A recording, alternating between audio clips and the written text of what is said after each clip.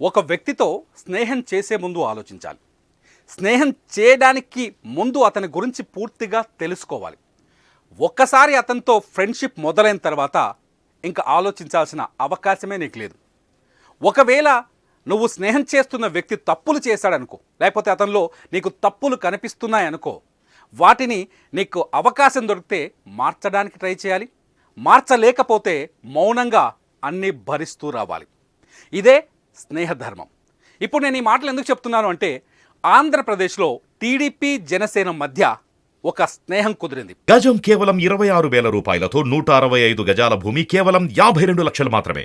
వచ్చే ఎన్నికల కోసమా లేకపోతే ఆ ఎన్నికల తర్వాత కూడా ఆ స్నేహం కొనసాగుతుందా లేదా అనేది పక్కన పెడితే, ఇప్పటికి మాత్రం వాళ్ళిద్దరూ స్నేహితులు. ఎందుకంటే వచ్చే ఎన్నికల్లో జనసేన టీడీపీ కలిసి పోటీ చేయాలని నిర్ణయించారు, ప్రకటించారు. చంద్రబాబు నాయుడు జైల్లో ఉన్నప్పుడు రాజమండ్రి సెంట్రల్ జైల్లో చంద్రబాబు నాయుడుతో భేటీ తర్వాత పవన్ కళ్యాణ్ చాలా ఎమోషనల్గా ఈ పొత్తు ప్రకటన చేశారు. ఆ రోజు మీడియా వాళ్ళు చాలా ప్రశ్నలు అడిగారు, సీఎం అభ్యర్థి ఎవరు అని చెప్పేసి. అది తర్వాత మాట్లాడతామని ఆ రోజుకి వాయిదా వేశారు. ఆ తర్వాత లోకేష్ అనేక సార్లు సీఎం చంద్రబాబు అని చెప్పేసి చెప్పుకుంటూ వస్తున్నారు. చంద్రబాబే ముఖ్యమంత్రి అయ్యే అవకాశాలు ఉన్నాయని చెప్తున్నారు. ఆంధ్రప్రదేశ్లో కూడా ఇటువంటి రాజకీయ విశ్లేషణలే ఉన్నాయి. కానీ ఇక్కడ ఒక స్నేహం దగ్గర చిన్న ఇష్యూ ఒకటి తెరపైకి వచ్చింది. స్వయంగా పవన్ కళ్యాణే ఇవాళ చాలా స్పష్టంగా జనసేన పార్టీ కార్యాలయంలో గణతంత్ర దినోత్సవం వేడుకల సందర్భంగా పార్టీ శ్రేణులతో మాట్లాడుతూ చాలా స్పష్టంగా చెప్పారు, తనకు తెలియకుండా స్నేహంలో ఉన్నప్పుడు, పొత్తులో ఉన్నప్పుడు స్నేహ ధర్మాన్ని విస్మరించి టీడీపీ 2 సీట్లలో అభ్యర్థులను ప్రకటించిందని చెప్పుకొచ్చారు. ఇది చాలా ఎమోషనల్గా మాట్లాడారు, ఆవేదనతో మాట్లాడారు, చాలా స్పష్టంగా చెప్పారు. మండపేట, అరకు అభ్యర్థుల్ని టీడీపీ ప్రకటించేసింది.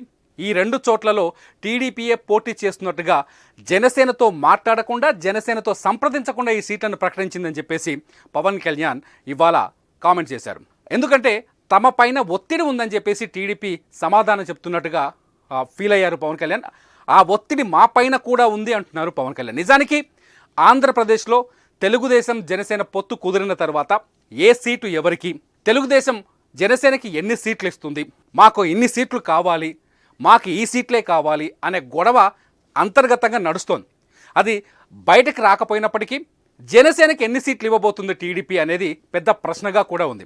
హరిరామ జోగయ్య లాంటి ఒక నాయకుడైతే ఏకంగా పవన్ కళ్యాణ్కు 60 సీట్లు ఇవ్వాల్సిందే అని చెప్పేసి ఒక డిమాండ్ని కూడా తెర మీద తీసుకొచ్చారు. ఇవాళ పవన్ కళ్యాణ్ కూడా చాలా స్పష్టంగా చెప్పారు, 3వ వంతు సీట్లు మాకు కావాల్సిందే అని చెప్పేసి పవన్ కళ్యాణ్ చెప్పుకొచ్చారు. లేదంటే ఒంటరిగా పోటీ చేసేవాళ్ళం, కానీ అధికారంలోకి వస్తామో రామో తెలియదు, భవిష్యత్తు రాజకీయం అంతా కొంత ప్రమాదకరంగా మారుతుంది, లేకపోతే ఇబ్బందికరంగా మారుతుంది, కాబట్టి ఖచ్చితంగా తెలుగుదేశం పార్టీతో పొత్తుకెళ్దాం, ఎన్నికల తర్వాత కూడా తెలుగుదేశం పార్టీతో కలిసి పనిచేద్దాం, మనం స్నేహ ధర్మాన్ని పాటిద్దాం అనే ఆలోచనతో ఉన్నట్టుగా పవన్ కళ్యాణ్ తన ఎక్స్ప్రెషన్స్ చెప్పేశారు. కానీ తెలుగుదేశం పార్టీ మాత్రం పవన్ కళ్యాణ్తో కానీ జనసేనతో కానీ సంప్రదించకుండానే మండపేట, అరకు అభ్యర్థులు ప్రకటించింది. దీంతో అదే ఆవేశంలో, అదే ఆలోచనతో, ఆవేదనతో ఇవాళ పవన్ కళ్యాణ్ చాలా స్పష్టంగా రాజోలు, రాజనగరం నుంచి జనసేన పోటీ చేస్తుందని డిక్లేర్ చేసేశారు. ఆయన కూడా చాలా స్పష్టంగా చెప్పారు, తెలుగుదేశం పార్టీ మీద అభ్యర్థుల నుంచి ఎటువంటి ఒత్తిడి ఉందో జనసేన పైన కూడా అభ్యర్థుల నుంచి అటువంటి ఒత్తిడే ఉంది, కాబట్టి ఆ ఒత్తిడిని మేము కూడా భరించలేకపోతున్నాం, కాబట్టి రాజోలు, రాజనగరం నుంచి మేమే పోటీ చేస్తామని చాలా స్పష్టంగా క్లారిటీ ఇచ్చారు. చాలా స్పష్టంగా ఈ సీట్ల ప్రకటించడంతో పాటు చాలా ఇంకొన్ని విషయాలు కూడా పవన్ కళ్యాణ్ చెప్పుకొచ్చారు. ఏంటంటే, స్నేహంలో ఉన్నప్పుడు స్నేహ ధర్మం పాటించాల్సిందే. ఒక నిర్ణయం తీసుకునేటప్పుడు నిజంగా రాజకీయాల్లో అయితే ఇది చాలా ముఖ్యమైన విషయం. 2 పార్టీల మధ్య పొత్తున్నప్పుడు పొత్తులో ఉన్న పార్టీలతో చర్చించకుండా సీట్ల పంపిణీ చేయడం కానీ, అభ్యర్థుల్ని ప్రకటించడం కానీ కొంత ఇబ్బందికరమైన పరిణామం ఏర్పడుతుంది. ఇంకోటి ఏంటి అంటే, ఏపీలో జనసేన టీడీపీ కలయిక కొంత కటువుగానే ఉంటుంది. ఒక పార్టీ అభ్యర్థులకు ఇంకొక పార్టీ అభ్యర్థులు ఖచ్చితంగా సహకరించాల్సిన అవసరం ఏర్పడుతుంది. సహకరించకపోతే విజయావకాశాల మీద ప్రభావం చూపే అవకాశం ఉంటుంది. కాబట్టి ఖచ్చితంగా జనసేన కార్యకర్తలు టీడీపీకి మద్దతు ఇవ్వాలి, టీడీపీ కార్యకర్తలు జనసేనకు మద్దతు ఇవ్వాలి. జనసేన పోటీ చేసిన చోట్ల టీడీపీ ఓటు బ్యాంకు జనసేన అభ్యర్థికి వైపు రావాలి. అట్లాగే జనసేన అభ్యర్థి పోటీ చేసిన చోట్ల టీడీపీ ఓటు బ్యాంకు కన్వర్ట్ అవ్వాలి, టీడీపీ ఓట్లు అక్కడ పడాలి. ఇలా ఖచ్చితంగా 2 పార్టీల మధ్య సఖ్యత, 2 పార్టీల ఓటు బ్యాంకుల ట్రాన్స్ఫర్ చాలా స్పష్టంగా ఉండాలి. కానీ ఎన్నికలకు ముందే ఎవరికి వారు అభ్యర్థులు ప్రకటించుకోవడం వల్ల పొత్తులో కొంత ఇబ్బందులు తలెత్తే అవకాశాలు చాలా స్పష్టంగా కనిపిస్తాయి. మొదటి నుంచి పవన్ కళ్యాణ్ మనం ఒకటి చూస్తున్నాం. ఏంటి అంటే, తను ఎప్పుడైతే వైఎస్ జగన్మోహన్ రెడ్డికి ఒక ఛాలెంజ్ చేశారు, ప్రభుత్వ వ్యతిరేక ఓటుని చీలకుండా ప్రయత్నిస్తాను, ప్రభుత్వ వ్యతిరేక ఓటుని చీలకుండా చేసి జగన్మోహన్ రెడ్డిని ఓడిస్తాను అని చెప్పేసి ఒక సవాల్ చేశారు పవన్ కళ్యాణ్. అందుకనే పొత్తుల మీద చాలా ఆచితూచి చాలా సమయం తీసుకొని నిర్ణయం తీసుకున్నారు పవన్ కళ్యాణ్.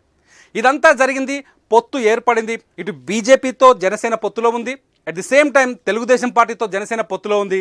బీజేపీకి తెలుగుదేశం పార్టీకి పొత్తుందా లేదన్నది ఇప్పటికి లేకపోయినప్పటికీ కూడా ఆ రెండు పార్టీల మధ్య కూడా గ్యాప్ని సరిదిద్దే ప్రయత్నం ప్రయత్నిస్తున్నారు పవన్ కళ్యాణ్. ఇది అందరికీ అర్థమవుతోంది. అయితే పవన్ కళ్యాణ్ ఏదైతే చెప్తున్నారో, వ్యతిరేక ఓటును చీలనివ్వనని ఏదైతే చెప్పారో దానికోసం అనేక ప్రయత్నాలు చేస్తున్నారు. ప్రస్తుతానికి పవన్ కళ్యాణ్ సినిమాల్ని పక్కన పెట్టారు, సినిమాలన్నీ ఎలక్షన్స్ తర్వాతే అని చెప్తున్నారు. మొత్తం రాజకీయాలపైన దృష్టి సారించారు. పూర్తిగా ప్రభుత్వ వ్యతిరేక ఓటుని ఏకతాటిపైకి తీసుకురావడానికి ప్రయత్నిస్తారు. ఇందులో భాగంగానే కిర్లంపూడికి వెళ్ళారు. ముద్రగడ పద్మనాభంతో కూడా జనసేన కార్యకర్తలను పంపించి మాట్లాడించారు. త్వరలో ముద్రగడ పద్మనాభం కూడా జనసేనలో చేరతారని తెలుస్తుంది. అంతేకాదు, గతంలో కాంగ్రెస్ పార్టీలో కీలకంగా పనిచేసిన నాయకులందరినీ కలుస్తున్నారు. ఎవరైతే జగన్మోహన్ రెడ్డి అంటే ఇష్టం లేని వాళ్ళు ఉన్నారో, లేకపోతే జగన్కు వ్యతిరేకంగా ఉన్నారో వాళ్ళందరినీ ఏకతాటిపైకి తీసుకురావడానికి ప్రయత్నిస్తున్నారు. చాప కింద నీరులా చాలా వ్యూహాత్మకంగా పవన్ కళ్యాణ్ పనిచేస్తున్నట్టుగా తెలుస్తోంది. అంబటి రాయుడు విషయంలో కూడా ఇదే జరిగింది. అంబటి రాయుడు వైసీపీలో జాయిన్ అయ్యారు. కొద్ది రోజులకి ఆయన ఆ పార్టీని వదిలేసి బయటకు వచ్చారు. ఆ తర్వాత అంబటి రాయుడు దగ్గరికి వెళ్ళి పవన్ కళ్యాణ్ మంతనాలు జరిపారు. అంబటి రాయుడిని జనసేన పార్టీలోకి తీసుకురాగలిగారు. అంటే పవన్ కళ్యాణ్ చాలా ఫోకస్డ్గా పనిచేస్తున్నాడు, చాలా వ్యూహాత్మకంగా ముందుకెళ్తున్నాడు. ఏ ఒక్క అవకాశాన్ని కూడా వదులుకునే పరిస్థితుల్లో లేడు. ఏ ఛాన్స్ కూడా తన అపోజిషన్ పార్టీకి వదిలేసే ఆలోచనలో లేడు. ప్రతి ఛాన్స్ని తీసుకోవడానికి ట్రై చేస్తున్నాడు. రాజకీయంగా చాలా బలమైన అడుగులు వేయాలనే నిర్ణయానికి వచ్చినట్టుగా చాలా స్పష్టంగా కనిపిస్తుంది.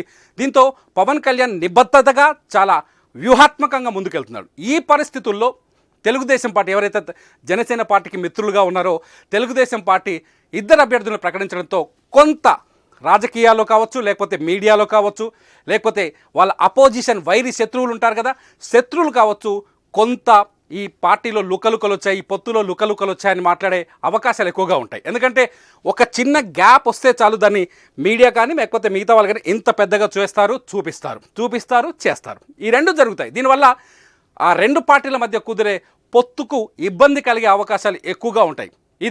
దీనివల్ల రేపు కలిసి ప్రభుత్వాల్లో ఒకవేళ అధికారంలోకి వస్తే కలిసి ప్రభుత్వంలో ముందుకు సాగాలి, ఒకరినొకరు సర్దుబాటు చేసుకోవాలి, ఓట్లను సర్దుబాటు చేసుకోవాలి. ఇవన్నింటికి ఎఫెక్ట్ అయ్యే అవకాశం ఉంటుంది. కాబట్టి పవన్ కళ్యాణ్ తాను స్నేహధర్మాన్ని పాటిస్తున్నాను, ఎక్కడా నేను మాట తూలట్లేదు అని చెప్తున్నారు. పవన్ కళ్యాణ్ అలాగే కనిపిస్తున్నారు ఇప్పుడు ప్రస్తుతానికి. సో వచ్చే ఎన్నికల్ని ఏప్రిల్ 16న ఎన్నికలు వచ్చే అవకాశాలు చాలా స్పష్టంగా ఉన్నాయి.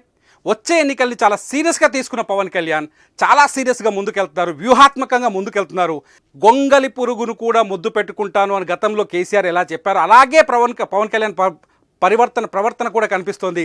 ప్రతి వ్యక్తి దగ్గరికి వెళ్ళి సానుకూలంగా ముందుకెళ్ళి వచ్చే ఎన్నికలపైన ఫోకస్ చేస్తారు.